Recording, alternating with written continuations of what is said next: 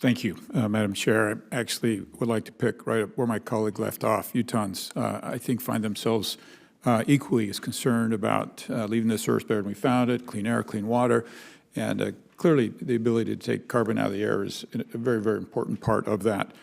I firmly believe our nation's energy security depends on what I call affordable, reliable, and clean energy.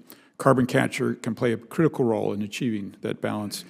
Companies in Utah are eager to innovate, but often face delays in obtaining approvals from federal agencies to implement new technologies. The Use It Act is an important law that clarifies the role of federal research agencies in advancing carbon management technologies, including carbon capture, through research, development, and demonstration efforts. Additionally, the Use It Act ensures that carbon capture, utilization, and storage projects qualify for streamlined permitting under the FAST Act, which was originally designed to expedite the review of surface transportation infrastructure projects. Mr. Yates or Mr. Connors are both currently only 2 carbon capture and sequestration projects are listed as FAST 41 covered projects on the permitting dashboard for federal infrastructure projects. What actions can the administration take to fully implement the Use It Act, particularly ensuring a more efficient permitting process?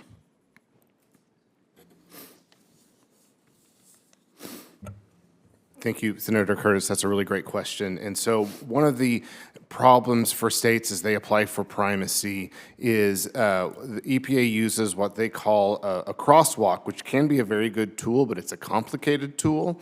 And there is not very good transparency to states when on the process of where they are within primacy. So making that a more transparent process, training that is for both states and EPA simultaneously on what the crosswalk's purpose is and how it's to be used would be very helpful in speeding primacy. And so if we can get states' primacy faster, we've already talked a great deal today about how states are more efficient with their permits. And so I would say an answer to your question is reviewing EPA's process, causing them to be more transparent.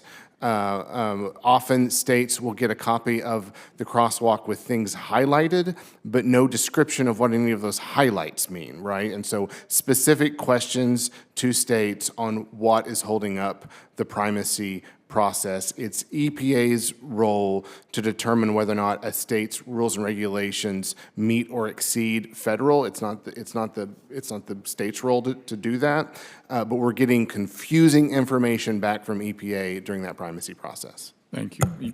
Yes, go ahead, Mr. Connors. So as we've mentioned, there's last I checked, 161 well permits that have been backlogged at the EPA regional offices. So the number one solution is there are states that are in the pre-application process to apply for primacy.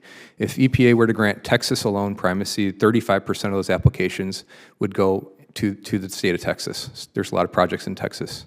If EPA were to grant primacy to the states that are in the queue that are pursuing primacy, it's about 40%. And there's several states that have announced that they're pursuing primacy. That's another 50% of the applications. Those other 50% of the applications are in states that have not indicated that they're interested in pursuing Class 6 primacy. EPA could focus their resources on California and Illinois, where there's a lot of projects today. But granting states primacy that have applied and expediting that process is crucial to alleviating the backlog.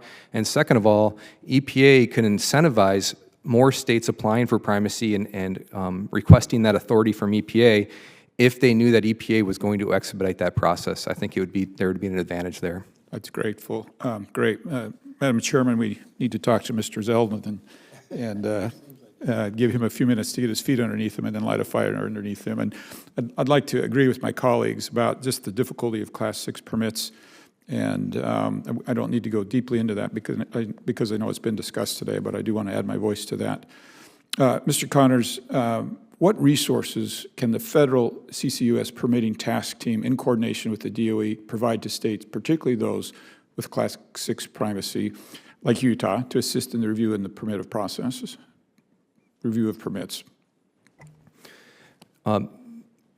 The underground injection control program historically, and I think it's been around for about 40 years now, historically there's grants that the states apply for through EPA, and there's funding resources to those states that have primacy For the history of Class 6, which was began in 2010 when EPA published the Class 6 regulations, there has been no resources through those UIC grant applications. So the states are applying for and administering those Class 6 programs really with their own state funding to do so. And so additional funding for the states to have those resources to implement their Class 6 programs would be extremely helpful. Thank you. I thank the witnesses, but I also thank the chair. This is a really important topic, and I suspect most of America doesn't really understand fully the potential here. So thanks for holding this hearing, and I look forward to additional discussions. I yield my time.